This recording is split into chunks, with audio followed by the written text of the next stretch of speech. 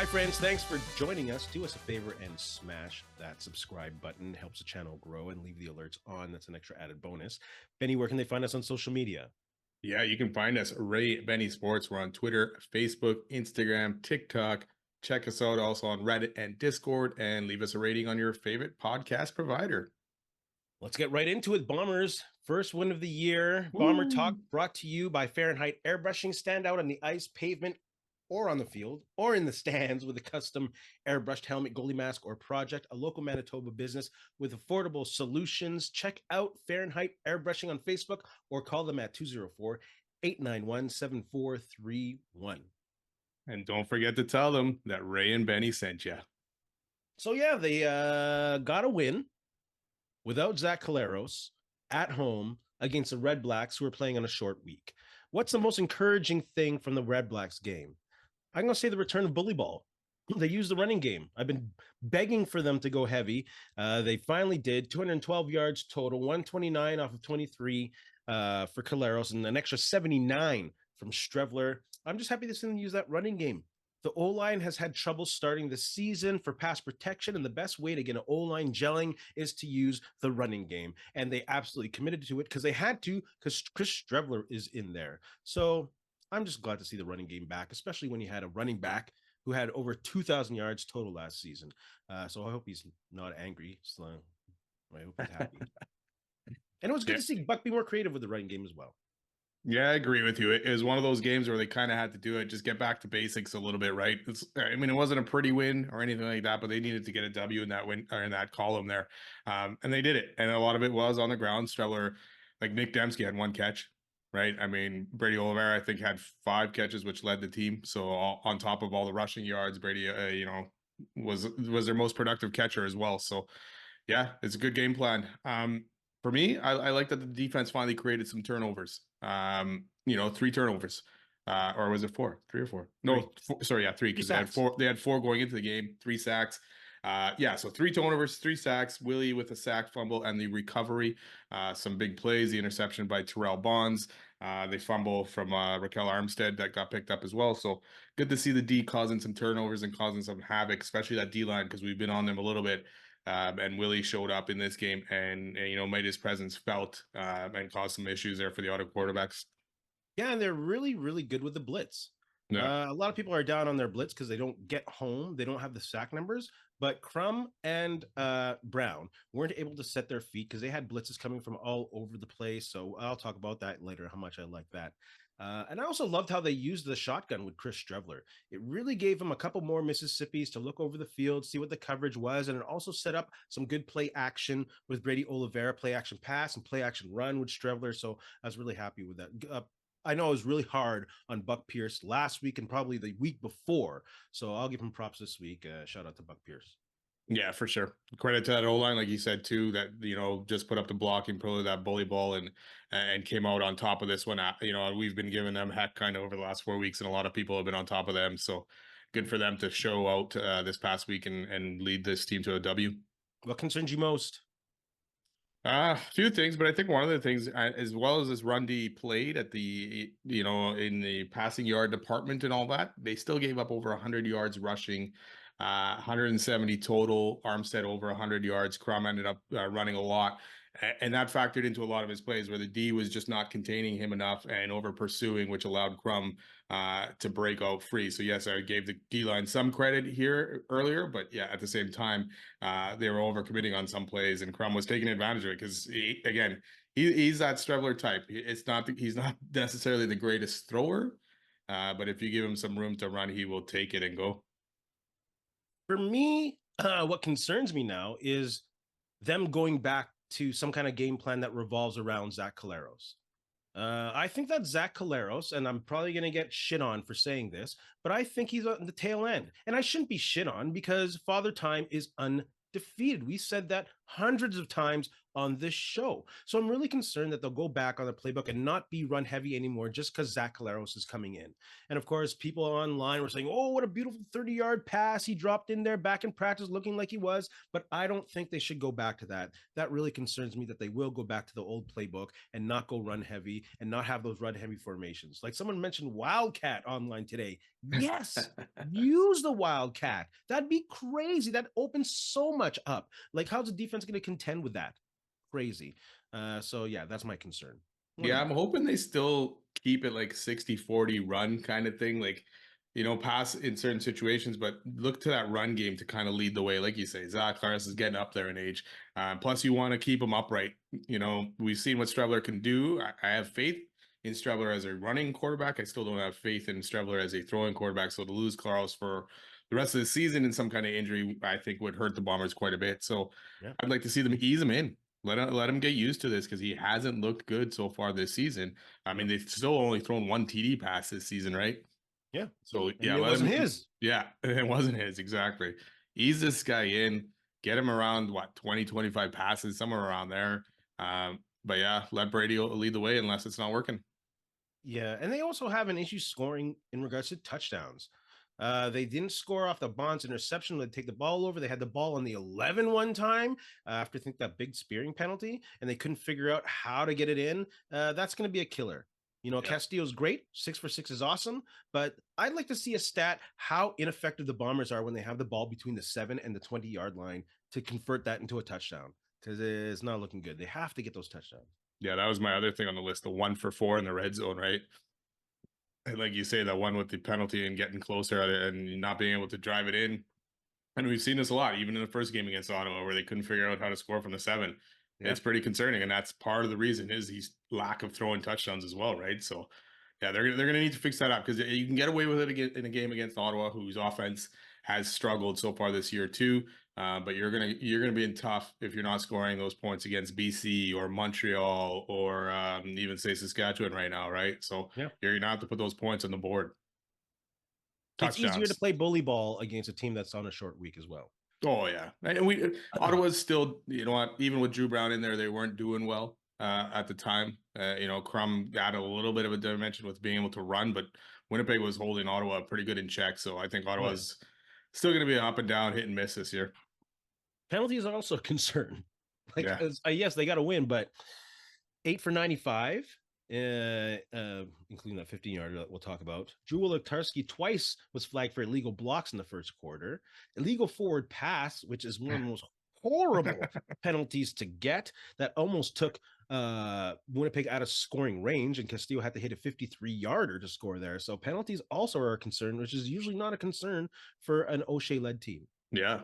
That's crazy this year, eh? Because we're used to making fun of other teams and all their penalties, but the Bombers have been racking them up like crazy so far this year. So not good on that end of it too. Thoughts on the hit from Kramdi to Dru Brown?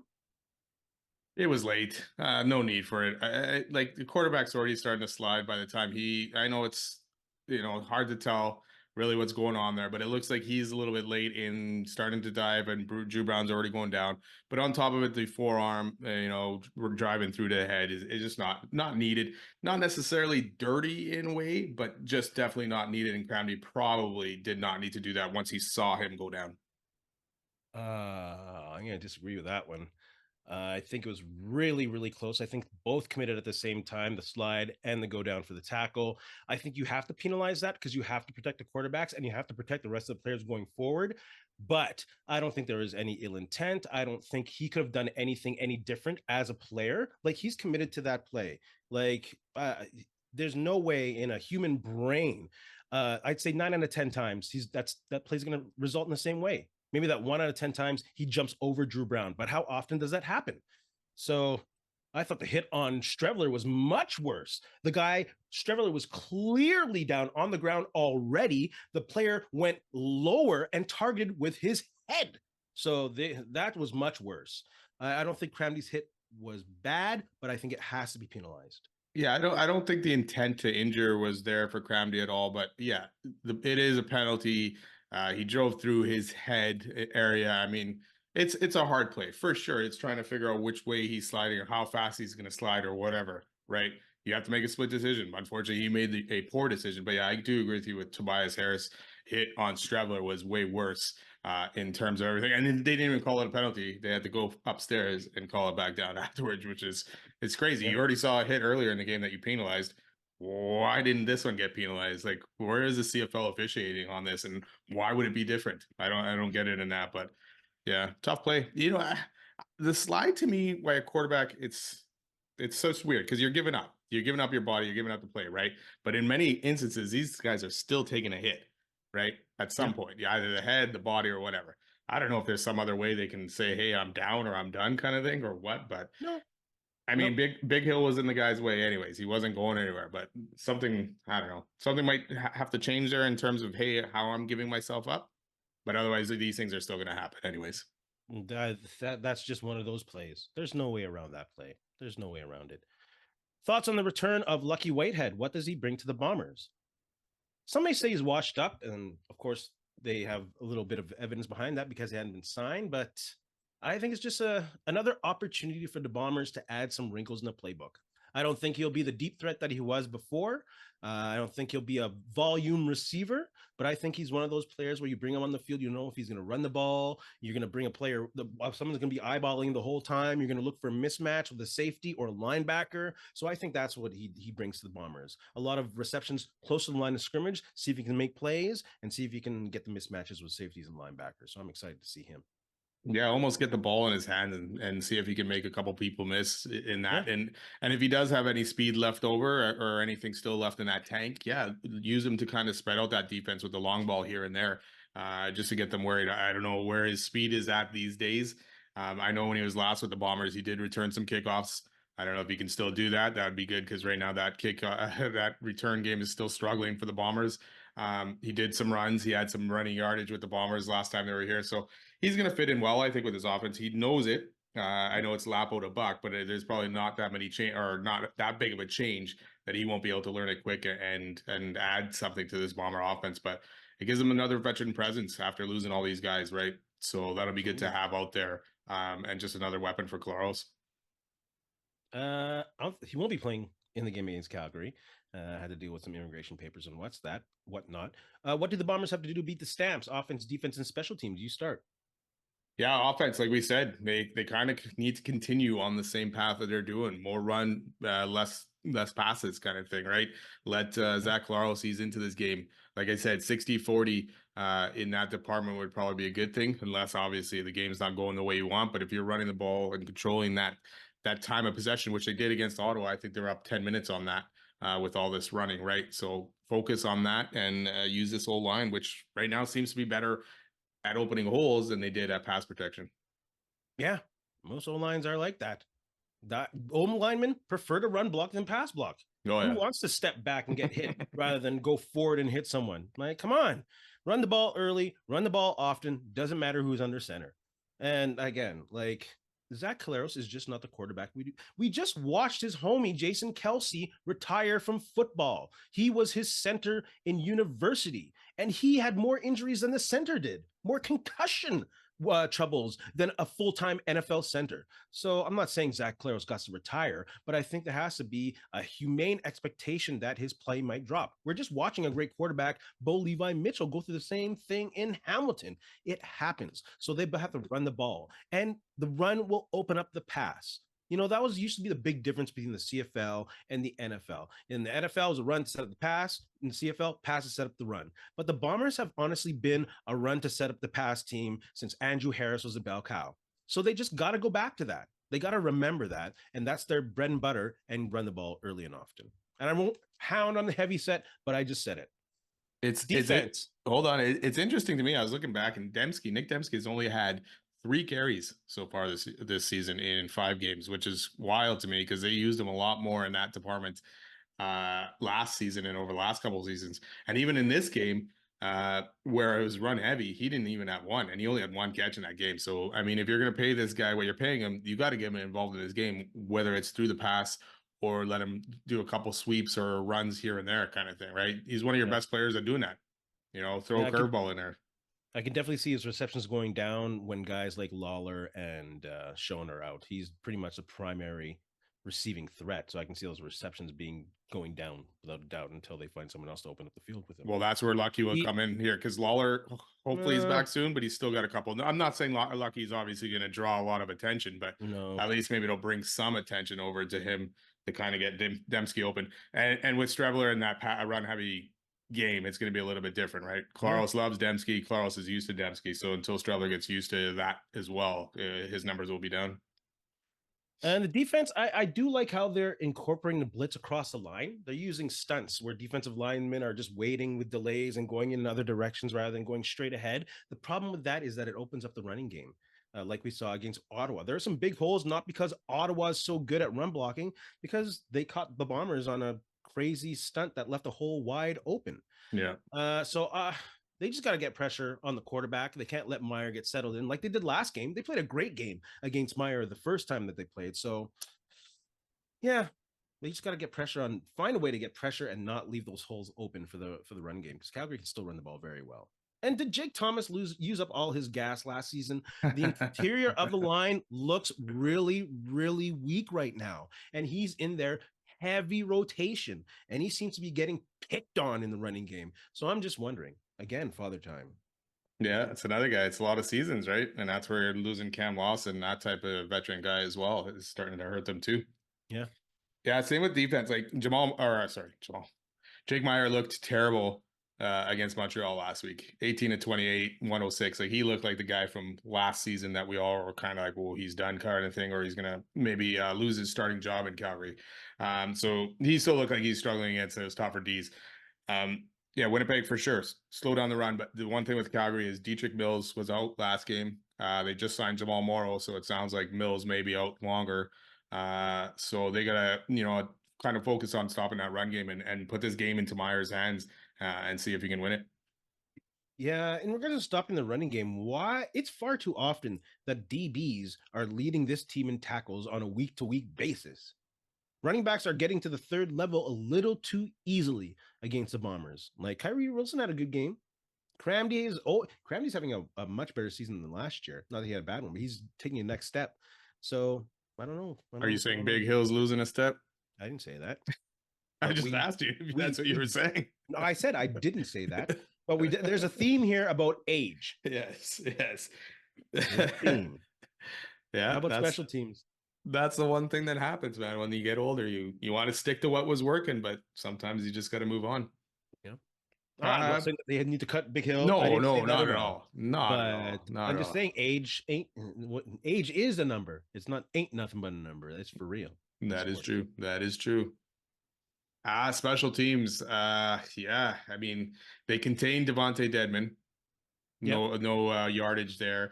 Chris Smith did not obviously have a very good night at all in the return game for the Bombers, so that's a struggle again. Castillo, like we talked about earlier, money since Chipgate. So, and two of them were over 50, like 53 yarders, I think, right? And another one was 40 something. Yeah. So that's awesome. And Sheehan had a better day punting, but still not great, just over 43 yards, I think. So, yeah, to me, the return game right now in that department. The return game needs to get better for the Bombers. This is the game. Chris Smith has to bring one back. Calgary's kick and punt coverage are amongst the weakest in the league. So are the Bombers. But just open a hole for this guy. I think he has a skill to really break one. And this is a week that it might happen. I don't know. But it'd be nice to see the Bombers flip the field also more often. Yeah, it don't even need a return. I just want some good 20, 30-yard returns kind of thing, right? Just to kind of flip that field, get him in good position and all that. You think they're going to win this week?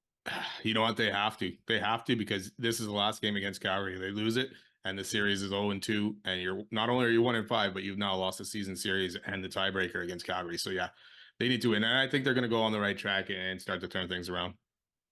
You know who looked good last game? Clercius.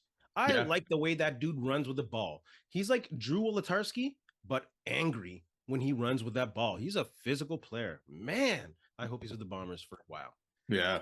Is Terrell, I didn't notice who practiced today. Did Terrell Bonds practice today? Because he ended up getting hurt last game. So I just saw the list and I totally forgot. Yeah. And it'd be, obviously we need him back, because that DB group is actually turning into a very solid group over the last couple of games. So some great signings there by the Bombers again. Good finds and definitely good coaching. You got Jordan Younger and Richie Hall, two of the best defensive backs the CFL has seen. That's not hyperbole. It's true. Yeah. Jordan Younger was such a solid DB when he was with Toronto for a long time. And Richie Hall, he was a small corner who had no trouble with anyone on Saskatchewan. They left that guy on an island by himself. Shoot. Bomber fans, put your comments in the comment section below. Let's move on to quick shots. Is it a bad look for the Jets that free agents that they went for, Monahan, Henrique, Lizotte, all decided to sign somewhere else? Yeah, well, I'm not upset that those guys did not sign. I didn't like the Monahan contract and all that stuff. I don't think it's good that none of them decided to sign with the Jets. Especially Lizotte. Like Henrique, okay, if I can go back to the Oilers, just made the Stanley Cup, let's go there for sure.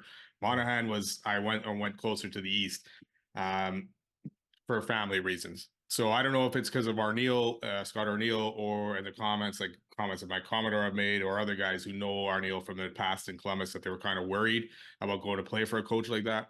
But I don't think it's a good thing that none of these guys ended up signing. Not that I'm mad that they didn't sign. I don't care. So it's a bad look for the Jets? I think it's a bad look for the Jets. And they didn't hit on any of the upper level free agents. They got a lot of lower end guys and depth guys, but did not hit on even one guy in that upper tier or middle tier. We have to get used to this. Like, this fan base has to get used to this. This is Winnipeg. It's a small market. This is not a free agent market. This has been going on since Jets 1.0. There just isn't enough growth in the market. There isn't enough opportunities to make extra money in the market. Wow, you can be in a loyal club that treats its players right and has a whatever great culture. But when it comes down to it, this is someone's job, and they want to make money, and they want the best situation for their family. Like, I don't blame them at all, and I don't think it's a bad look. I just think it's a condition of being a small market team. Yeah, but Vernon Adams the best QB. Oh, sorry. In past years, the Jets have been able to sign guys and bring guys in, and guys like Monahan, who came to the team on trade deadline, Stastny, right, have stayed in that certain situation because they realize, hey, Winnipeg's not as bad as someone told me it was.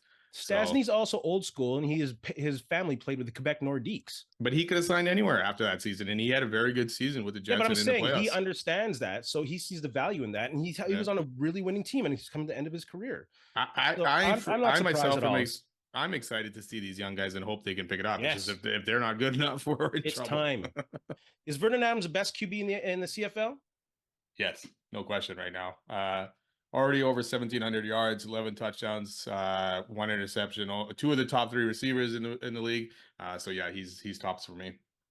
No. If I'm building a team with a CFL quarterback, I'm going to go with Cody Fajardo. Whoa. This dude finally got to take a step up when he got a good offensive line in front of him and a competent defense and a good coaching staff. Vernon Adams still has that stigma to me of being good VA 1 week or bad VA 1 week, except this time his team is really stacked well, and his offense is awesome, and it's continuity with it. But if I'm building a team, I'm going to go with Fajardo still. Fajardo still threw 2 interceptions last game, looked kind of average, and Calgary had a chance to win that game with not even putting up a lot of yards on offense. So yeah, and he brought them back from being down 15. He's still not. I would still take Vernon Adams over him. I'm taking results over stats for a quarterback. It's true. Do the Argos have a QB problem? Dude had 1 bad game. The whole Argos team played like trash. I know Argos. I can't wait till I won't even say that guy's name to come back. Just come on. The guy's an okay quarterback. I don't think they have a QB problem. They just needed to get their ass beat. So maybe this refocuses their team, because they've been off since they won that, the Montreal game. Yeah. No, yeah, same thing. Like you got to expect Cameron Dukes, who's going to go through some growing pains here over the season. And now Dinwiddie already came out and said, yeah, the guy's he's still got the starting job when he gets back. So I don't know if that's going to help Dukes' confidence over the last 5 games that he'll end up playing, or more, hopefully, but hopefully he plays well. What's the main problem with the Hamilton Tiger Cats? Ooh. There's more than one problem, but defensively, for me, they've given up a lot of points. Over 30 points in 4 of the 5 games. The only one that they did not was against Ottawa. So yeah, Bo Levi may be putting up a lot of yards, but a lot of it's trying to come back and win some games. So right now, defensively, for me, they need to pick it up. Yeah, the main problem for me in Hamilton, Why is Orlando Steinhauer still running this team? It makes no sense. Look at this roster. He's done a horrible job since he's had the give me a break. Will Aaron Rodgers be an elite QB this season? Nah, I think he'll fall off. I think he'll really fold in the bright lights. We'll see more Karen Rodgers than Aaron Rodgers this season. So I don't think he'll be elite. I don't think he'll be at the elite level, but I think he'll be serviceable enough to get the Jets some wins and possibly into the playoffs if he can stay healthy. We'll see. Yeah. You have anything to say to our friends? You know what? Just thanks a lot for listening. Don't forget, subscribe, follows. Let's get those subscribers up and have a good week. And in the words of Ed Whalen, in the meantime and in between time, that's it. Another edition of Ray and Benny Talk Sports. Hey, friends and neighbors, don't forget to check us out online on Facebook, TikTok, Instagram, and Twitter at Ray Benny Sports. And don't forget to check out our YouTube channel. Leave a like, leave a comment, tell us what you think.